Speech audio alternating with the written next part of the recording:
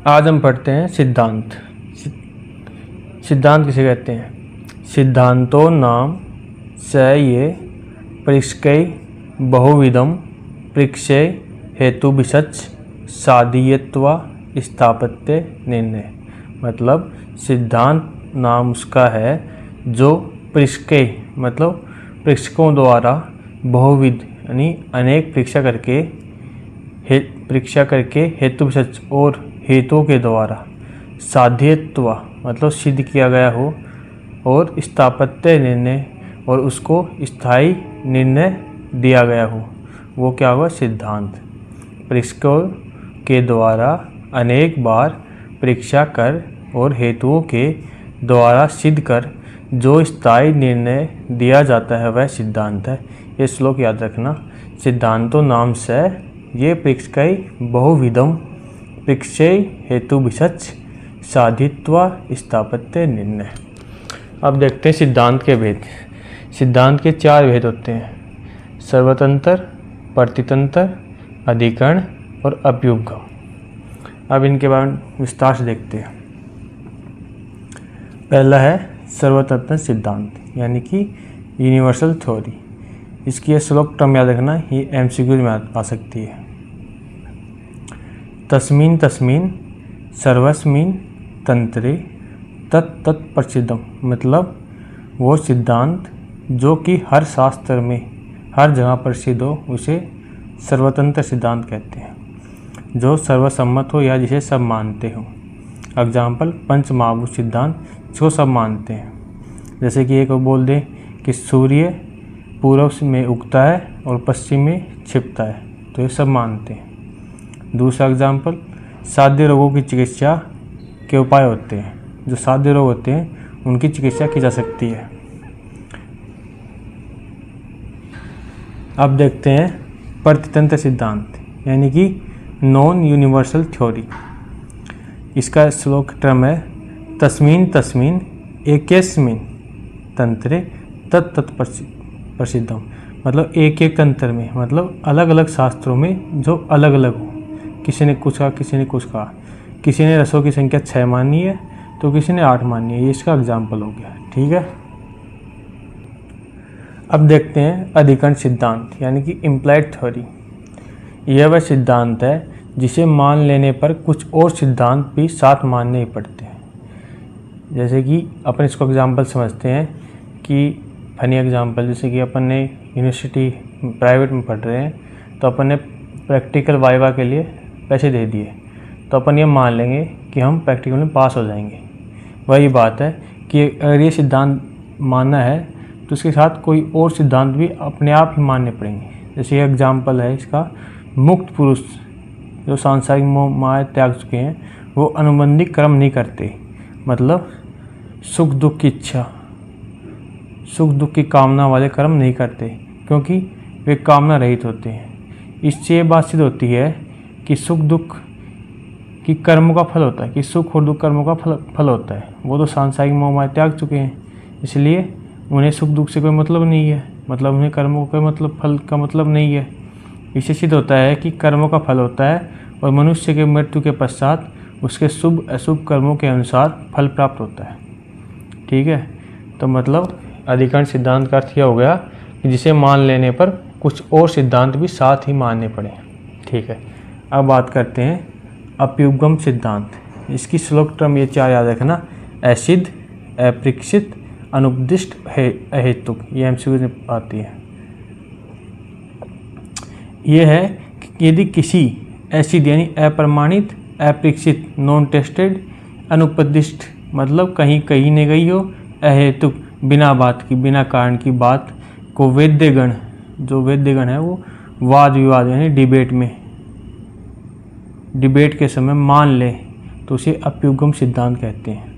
जैसे कि कभी कोई चिकित्सा कर रहे हैं तो कभी द्रव्य को प्रधान मान लिया तो कभी गुण को प्रधान मान लिया। ठीक है। तो ये अभ्युपगम सिद्धांत हो गया। अब देखते हैं आयुर्वेद के मूल सिद्धांत। आयुर्वेद में बहुत से सिद्धांत हैं। इस चैप्टर में 7-8 सिद्धांत हैं, वो देखते हैं। आगे फिर अन्य अलग अलग चैप्टरों में अलग अलग सिद्धांत हैं। पहला सिद्धांत है पंच महाभूत सिद्धांत, इम्पोर्टेंट सिद्धांत है, यही सबका बेस है। अब इस पर क्वेश्चन कैसे आता है, अगर लॉन्ग क्वेश्चन आ जाता है कि आयुर्वेद के मूल सिद्धांतों का वर्णन कीजिए, तो आपको 10 मार्क्स में सारे सिद्धांतों का शॉर्ट में वर्णन करना पड़ेगा। दूसरा टाइप आता है कि पंच महाभूत सिद्धांत को लिखते हुए उसका चिकित्सीय महत्व बताइए। तो अपने को पंच महाभूत सिद्धांत लिखना, थोड़ा बहुत उसका चिकित्सा महत्व बताना है। सबका चिकित्सीय महत्व याद करना बहुत इंपॉर्टेंट है। अगर पंच महाभूत सिद्धांत है तो क्या क्या लिखना है वो देख लीजिए। पंच महाभूत सिद्धांत यह सर्वतंत्र सिद्धांत है, अनेक सिद्धांतों का यह आधारभूत सिद्धांत है, सभी का बेस है, क्योंकि सभी द्रव्य पंचभौतिक होते हैं। पंच महाभूत कौन कौन से होते हैं, इनको इसी क्रम याद रखना है, आकाश, वायु, अग्नि, जल, पृथ्वी। इनके विषय गुण क्या होते हैं, आकाश का तो शब्द, वायु का स्पर्श, अग्नि का रूप, जल का रस और पृथ्वी का गंध होता है। एक सरकने की लाइन कही है, सर्व द्रवम पंचभौतिकम अस्मिन अर्थे, कि सभी द्रव्य पंचभौतिक होते हैं। यह लाइन तो याद होनी चाहिए हमेशा के लिए। अब बात करते हैं भूत क्या होता है। बहिर इंद्रिय ग्राह्य विषय गुणत्वम भूतम, मतलब बाह्य इंद्रियों द्वारा ग्राह्य किए जाने वाले जो गुण हैं वो जिसमें होते हैं वो भूत होते हैं। मतलब बाह्य इंद्रिय से कौन से विषय ग्रहण करते हैं, सह शब्द कान से सुनते हैं, स्पर्श त्वचा इंद्रिय, रूप नेत्र इंद्रिय, रस जीव्या हो गया, गंध ग्रहण इंद्रिय। तो इनके विषय जो ग्रहण करते हैं जिसमें एक गुण होते हैं वो भूत हो गया, मतलब महाभूत ही हो गए। भूत और महाभूत सेम है। अब देखते हैं महाभूतों के अनुसार द्रव्यों के क्रम। महाभूतों के अनुसार द्रव्य 5 हो गए। पहला आकाशीय द्रव्य है, उसका क्रम क्या है, मृदुता लाना, लघुता लाना शरीर में। वायु द्रव्य, वायु है रुक्ष होती है, गति होती है, लघुता लघु होती है। आग्नेय दीपन पाचन करती है, दहन करती है, अग्निकर्म। आप पे क्या होता है, पानी है तो मृदुता लाएगा, स्नेह लाएगा। तर्पण शरीर को तृप्त करती है, तर्पण करती है। पार्थिव द्रव्य, पार्थिव में कठोर पृथ्वी की तरह, तो दृढ़ता होगी, गुरुता होगी, स्थिरता होगी। तो ये हो गए पंच महाभूत सिद्धांत के महाभूतों के अनुसार द्रव्यों के क्रम। अब देखते हैं पंच महाभूत सिद्धांत में एक और चीज़ है, भूतानुप्रवेश या फिर अनुन्य प्रवेश। ये 5 मार्क्स में आ सकता है, या फिर आ सकता है पंचीकरण सिद्धांत 5 मार्क्स। तो इनको देखते हैं। अब भूतानुप्रवेश का तो नाम देखो, भूत अनुप्रवेश मतलब पूर्व महाभूत उत्तर महाभूतों में प्रवेश करते हैं। मतलब पहले का महाभूत अगले वाले महाभूत में प्रवेश करता है। इसी कारण उत्तरोत्तर महाभूतों में अपने अपने स्वाभाविक गुणों के साथ साथ पूर्व महाभूतों के गुण भी आ जाते हैं। जैसे कि आकाश का गुण क्या है, शब्द। वायु का क्या है, स्पर्श, लेकिन इसके अकॉर्डिंग वायु में शब्द गुण भी होगा। अग्नि का गुण क्या है, रूप, लेकिन अग्नि में स्पर्श भी होगा और शब्द भी होगा। जल का गुण क्या है, रस, लेकिन जल में रूप, स्पर्श और शब्द चारों होंगे। पृथ्वी का गुण क्या है, गंध, लेकिन इसमें रस, रूप, स्पर्श और शब्द ये गुण होंगे। तो भूतानुप्रवेश का मतलब क्या हो गया कि पूर्व महाभूत का उत्तर महाभूत में गुण पाया जाना। शब्द इसमें आ गया, वायु के स्पर्श शब्द अग्नि में आ गए, अग्नि के रूप स्पर्श शब्द जल में आ गए और जल के गुण पृथ्वी में आ गए। तो ये भूतानुप्रवेश आए तो ये लिखना, इसको फिर हिंदी में लिख देना कि आकाश का शब्द गुण होता है, वायु में स्पर्श और शब्द गुण होते हैं, अग्नि में रूप स्पर्श शब्द गुण होते हैं। ठीक है। अब दूसरा पढ़ते हैं पंचीकरण सिद्धांत। इसको ध्यान से समझ लेना। पंचीकरण सिद्धांत वेदांत दर्शन ने बोला है, इसी को बोला, लेकिन उसने कुछ अलग तरीके से बोला है। इसके अनुसार प्रत्येक महाभूत में उसका अपना आधा भाग होता है और बचे आधे भाग में अन्य 4 महाभूतों का चतुर्थांश यानी 1/4 भाग होता है। कि जैसे कि आकाश है, ये कहना चाह रहा है कि आकाश में, इसको समझते हैं एक लाइन से, आकाश में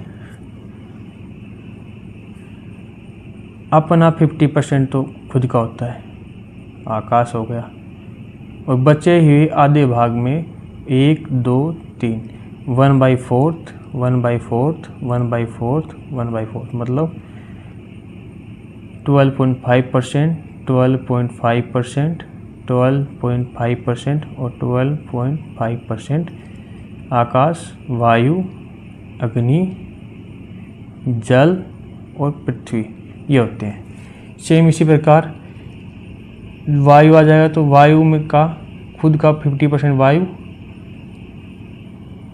और बचे हुए आधे में अग्नि, जल, पृथ्वी और आकाश।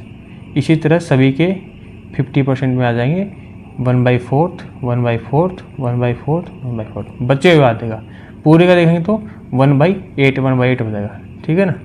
तो यह पंचीकरण सिद्धांत, इसको आप हिंदी में लिख देना कि जैसे कि आकाश महाभूत में 50% आकाश का, बचे हुए 50% के 12.5% प्रत्येक महाभूत का होता है। तो ये हुआ पंचीकरण सिद्धांत।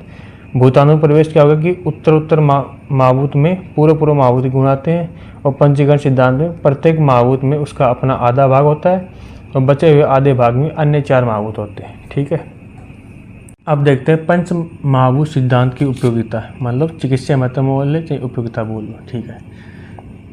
पहला था गर्भ उत्पत्ति में पंच महाभूत सिद्धांत। तो गर्भ की जो परिभाषा है उसके अकॉर्डिंग जब गर्भ बनता है शरीर में तो उसके बाद चेतना, जब उसमें चेतना आती है उसके बाद वायु विभजती मतलब वायु विभाजन करती है, तेज एन पस्ती अग्नि पाक करती है, आपय क्लेदयंती आप यानी जल क्लेदन करता है, पृथ्वी सहन करती है, आकाश विवर्धनती मतलब आकाश उसका विवर्धन करता है और इससे गर्भ का विकास होता है। ये याद रखना है, ये रचना सारी में भी आता है गर्भ की परिभाषा में कि तम चेतना अवस्थितम वायु विभजती वायु के द्वारा विभाजन होता है, तेज एन पस्ती अग्नि पाक करती है, आपय क्लेदयंती जल क्लेदन करता है, पृथ्वी सहन करती है, आकाश विवर्धनती आकाश विवर्धन करता है। इन सब के होने के बाद गर्भ का विकास होता है। दूसरा है जो कि बहुत ही इम्पोर्टेंट है, त्रिदोष व पंच महाभूत सिद्धांत कि त्रिदोष और पंच महाभूत में क्या संबंध है। ये त्रिदोष पंच महाभूत हो गए, षड्रस पंच महाभूत हो गए, द्रव्य और पंच महाभूत हो गए। ये तो बहुत इंपॉर्टेंट चीज़ें हैं। ये क्रियासारी, रचनासारी, अष्टांग हृदय, पदार्थ विज्ञान, किसी में भी इसका क्वेश्चन आ सकता है 5 मार्क्स में कि त्रिदोष पंच महाभूतों का दोष धातु मल के साथ संबंध लिखिए। तो देखते हैं। वात में होता है आकाश वायु, पित्त में होता है अग्नि, कफ में होता है जल व पृथ्वी। ठीक है।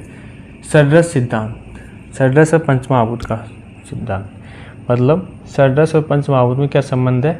तो मधुर रस है उसमें पृथ्वी के साथ जल मिलेगा, अमल में पृथ्वी रहेगी और अग्नि, ये 2 इस मंत्र हो गया। लवण में अग्नि और जल दोनों आ जाएंगे। ठीक है। इसको याद रखना कि मधुर में पृथ्वी, मधुर अमल दोनों पृथ्वी है लेकिन जल, मीठा जल और खट्टा है तो अग्नि, और लवण में अग्नि और जल आ गए।